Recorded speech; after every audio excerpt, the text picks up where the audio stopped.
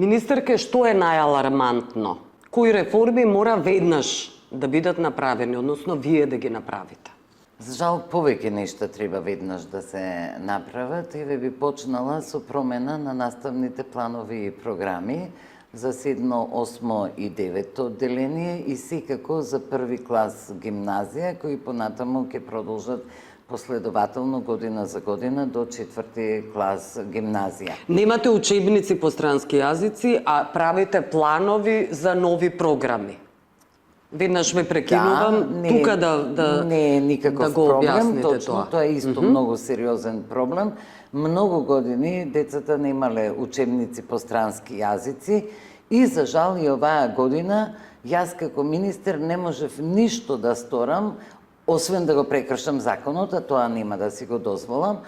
Значи, постапката за набавка на странски учебници не е завршена и се уште чекаме одговор од второстепена комисија. Предолги се постапките, нели? Предолги се. Може ли тоа да го сторите, да ги скратите тие постапки? Дефинитивно, меѓутоа, знаете како не е државата секогаш само институциите и луѓето кои ја водат државата се многу значајни да ги почитуваат законските рокови, да одговараат на време.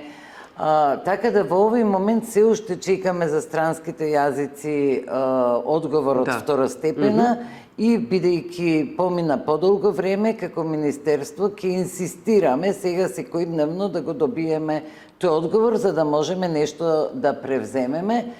Добро ги кажавте плановите, да, сигурно реформите дека други. Следната година ќе има учебници за странски јазици. Да, следниве реформи кои се навистина стварно алармантни. Да. Неопходно е учење на учениците во една смена, а ние во Скопје имаме огромен број на училишта кои работат во 2 смени. Зошто е неопходно? Затоа што таму каде што тоа се случува, зборувам во страни држави, напредни држави, чии деца се на висок ранг на PISA тестирањето, го прават тоа во една смена. И зошто е сега тоа потребно? Затоа што прво е природно да се работи наутро, а не попладне до 7 и до 8 часот. Ефективноста на учениците и на наставниците се очекува да е поголема. Друго, времето кое учениците ќе го поминуваат во подолг престој на училиште, ќе се искористи корисно за стекнување знаење, вештини и компетенции, со тоа што со новите наставни планови и програми ќе се организираме така да тие ги стекнуваат тие вештини кои досега не ги стекнувале или начинот на кој сме се обидувале како држава да ги научиме не бил добар. Сега видете, следното што следи после ова последователно е дека нашите наставници треба да имаат поинаков вид на обуки кои ќе ги научат на друг начин на предавање и поврзано со ова и реформа на наставничките факултети и педагошката академија. Така ние ќе заокружиме една целина во која што кога ќе почне да се имплементира, а се обидуваме уште од сега да имплементираме заедно со Бирото за развој на образованието, очекуваме да даде позитивни ефекти. Добро, лошо е образованието, нема компјутери, нема учебници, сами кажувате. Сега има. Добро ги ве говориме за странски. Да. Добро. Генерално, значи руинирани училишта има. Кажете ми, рангот на универзитетите и генерално образованието е многу ниско. Знаете и сами, рейтинзите и на учениците, и на школите се драматични, катастрофални. Сега, колку пари мора да се вложат во образованието? Зошто не го зголемите буџетот? Образованието е скапа работа, секаде... Најисплатлива. Точно, скапа секаде и во Македонија, но долгорочно е многу исплатлива. Да. Многу пати сме кажали, јас ќе морам да се повторам, затекнавме една состојба која е многу разочарувачка и многу девастирачка. Да не говориме сега за состојбите што сте ги затекнале. Прецизно, колку пари се неопходни, колку проценти имате во буџетот издвоено Сигурно не битно сте е- задоволни од тие проценти, би сакале повеќе, предпоставувам. Секогаш би сакале повеќе. Да. Колку повеќе средства, толку повеќе можности. Да. Но, битно е да кажам дека затекнавме една состојба, јас не ја обвинувам, јас само кажувам фактичка Не, состојба, ја знаат сите која мора да ја состојбата. стабилизираме. Не можам да ви кажам колкави огромни долгови има за режиски трошоци во училиштата, во ученичките Добро, кажете ми домови, во буџетот, колкав е студентските основи. буџетот, Во прецизно моментот да не можам говориме. прецизно да ви кажам, затоа што буџетот се уште се креира, се уште сме во анализа на потребите, тоа како МОН сме го направиле, но сме во разговори со Министерството за финансии за да видиме колку максимално од државниот буџет би можело да добие ова министерство. Домаќински скромно, меѓутоа Колку е потребите потребно? се огромни. Колку е потребно? Во моментов некаде дискутираме за нешто над 40 милиарди буџетски Денари? Добро. буџетски пари. Дополнително имаме уште неколку милиарди од проекти кои би требало исто така да се реализираат. Верувам дека Министерството за Тоа е образование доволно? и наука, па тоа е доволно да функционираме нормално. Предходно колку Да, беше издвоено? Воопшто не е битно колку беше издвоено, битно е дека она што требало да се реализира не е реализирано. Јас ќе кажам дека Не се големи ова, не се големи пари ова. Најголемите средства од буџетот на Министерството се трошат за плати. Ќе дојдеме Должност до ми е да платите. кажам, не дозволете, должност ми е да кажам дека од тие плати огромна ставка се одвојува за платите на универзитетските професори поради несрекно склучениот договор, колективен договор со сила на закон, на кои им беа значително покачени платите. Јас не велам дека тие не треба да ги добиваат. Ќе им ги намалите платите на професорите? Не. Нема да им ги Само намалиме констатирате платите. дека се огромни. Да, констатирам дека е тоа огромна ставка. Не фер. Огромна ставка од буџетот. Да. За високо образование. Сега рачунајте што се случува со луѓето од основно до средно образование, кои се исто така огромна бројка.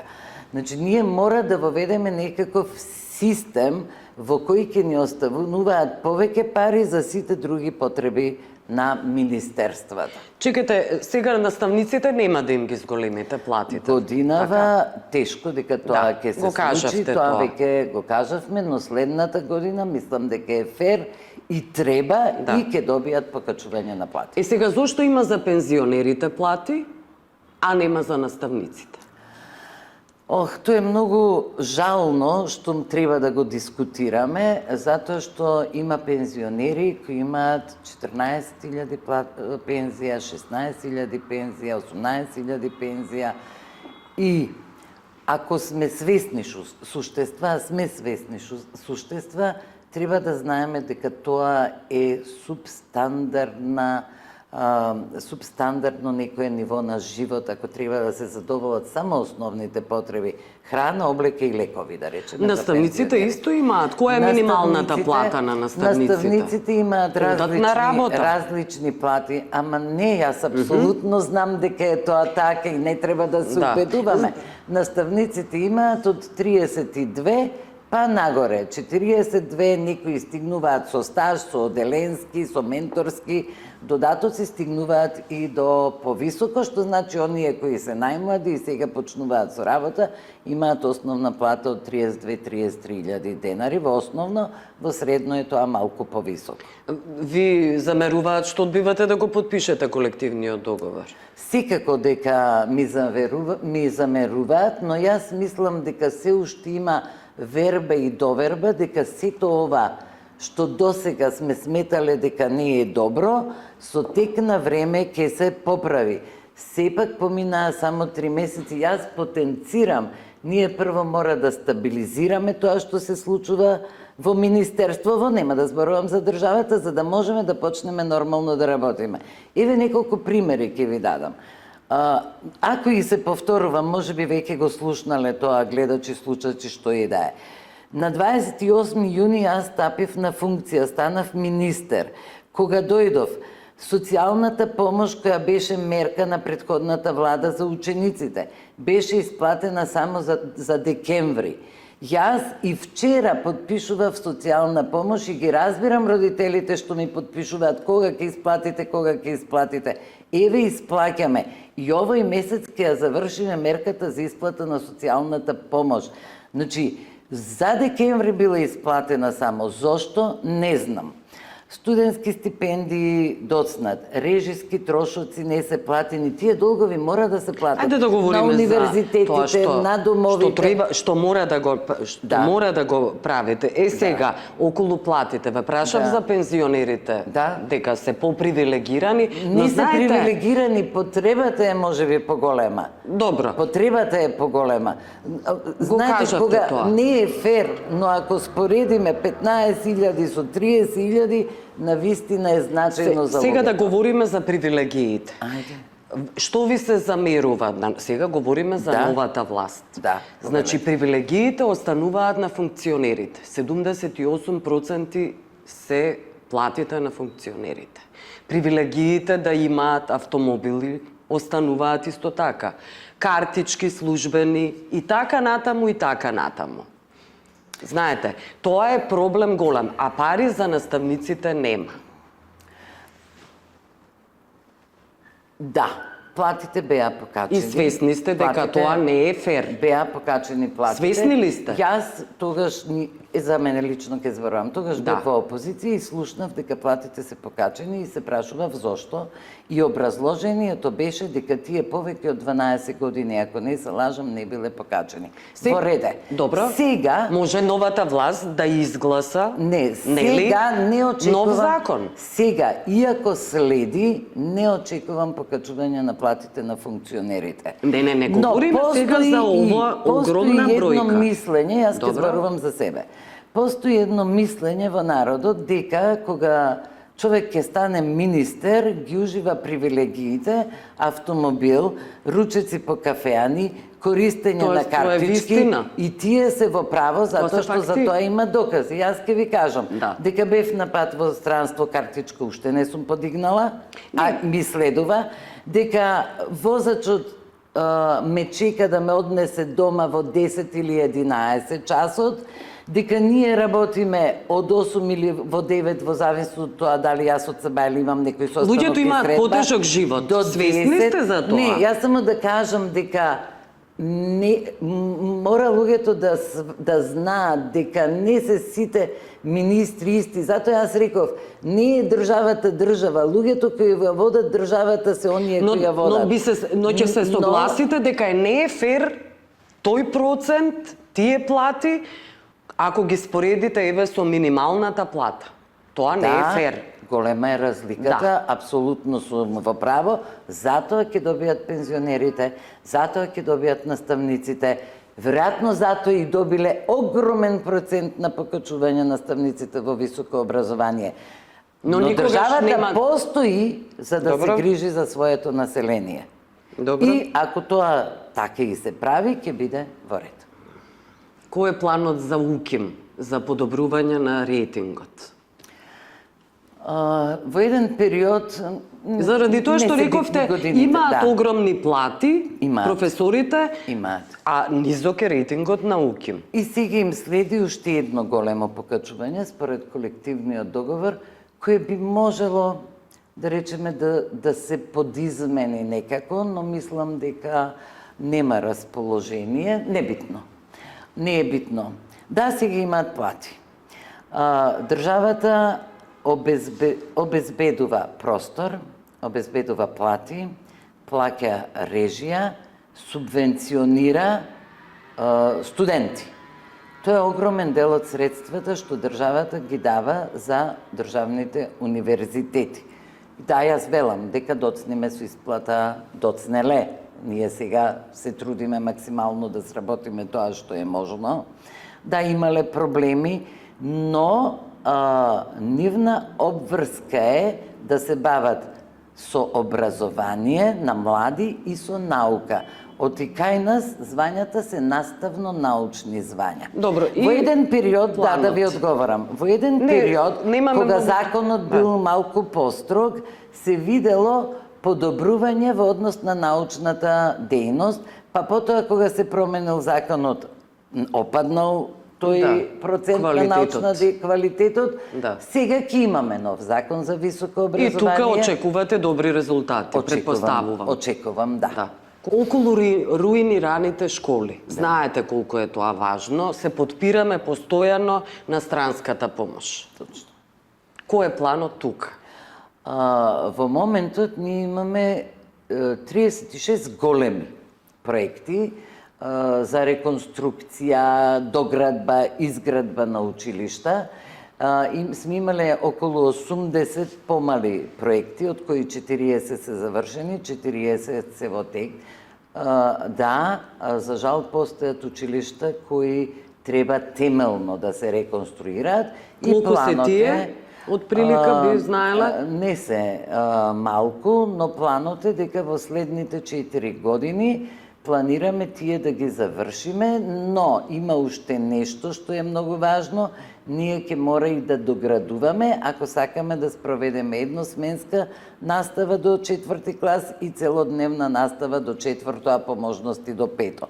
Во внатрешноста на земјата е порелаксирачки и подобра ситуацијата, но Скопје е многу сериозен проблем и ние ќе се фокусираме во овој момент, во внатрешноста ќе реорганизираме, а во Скопје ќе се фокусираме на доградба таму каде што е потребно, за да се остварат условите за да го подобриме севкупниот квалитет на образованието. Знаете што околу одморите ме интересира? Вие знаете на Запад дека има одмори. Кога веќе говориме за едносменска настава, се обидувате да ги копирате добрите примери од странство, ова е добар пример. Да има повеќе одмори, како великденскиот одмор што го имаат на Запад. И вие тоа го укинувате. Која е логиката? Не го укинав јас. Добро. Ние направивме анкета на која родителите и наставниците се изјаснија дека не го сакаат пролетниот одмор. А вие го слушате гласот на народот? Да, секако го слушам. Популистички, па не е да не е премногу. Не е популистички, тука е транспарентно. Која е логиката? Транспарентно е. Во овој момент имаме 5 закони на ЕНЕР за кои е објавена јавна расправа. Која е логиката? Зошто се изјасниле така? Прво затоа што нашиот, предпоставувам, ова е шпекулација, јас не можам да знам, но размислувам. Прво затоа што нашиот пролетен распуст беше променлив, за разлика од странство каде што е врзан со великденските празници. Тоа е апсолутно врзан. Кај нас тоа беше променливо. Па може и фиксен да се направи. Друго, може да се направи. Друго, родителите кои одат на работа и не можат да си дозволат да шетаат за великденски празник, имаат проблем со чување на помалите деца, веројатно и со контрола. Финансискиот проблем е, ве разбирам. Сериозен. И така натаму. Има логични објаснувања. И не го направив тоа се го направи јавноста. Ние постапуваме, сметаме дека не влијае на образовниот процес и зошто да не го слушаме гласот на народот. Да. И околу бесплатниот јавен превоз. Тоа е исто така проблем за учениците. Не, на сите ученици им следи бесплатен јавен превоз и тие ќе си го добијат, општините го организираат и тие ќе си го добијат како и до сега што било по закон. Како што е по закон, така ќе биде и сега. Ви благодарам за Ви благодарам и јас вам.